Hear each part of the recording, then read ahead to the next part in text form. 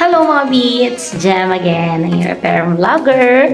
And welcome back again sa ating page at sa YouTube channel natin. For today's video, samahan nyo kami dahil napakaaga nga ng blessing dahil merong nag-walk-in sa ating office. And this afternoon, invite kami for ocular visit sa kanilang pwesto. So, dito lang naman yan sa Medasma, sa Paliparan.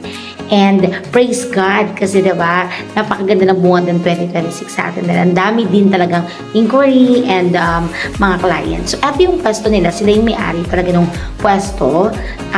Nagpapaupa sila dito sa baba. So, ito yung kanilang bakanting pwesto na salamat sa Diyos dahil naisipan nilang gawin itong laundry shop. So, napaka ganda ng pwesto kasi along sila, commercial main road. So, medyo makitid tong pwesto nila as we can see. Pero, kayang-kayang gawaan syempre ng paraan ni JLEX yan. So, pag nag-ocular visit kami, kung within here lang naman sa Cavite, pini-free na po namin yung aming ocular visit.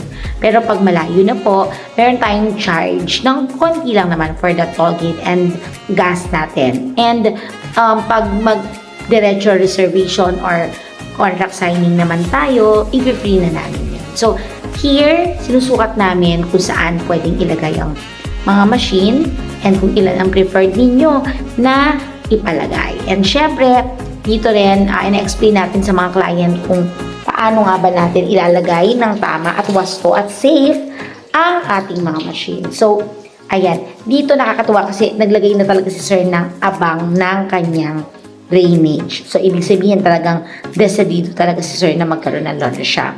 And yes, thanks to God kasi mag-down na sila Sir at magka-contract signing na. Thank God!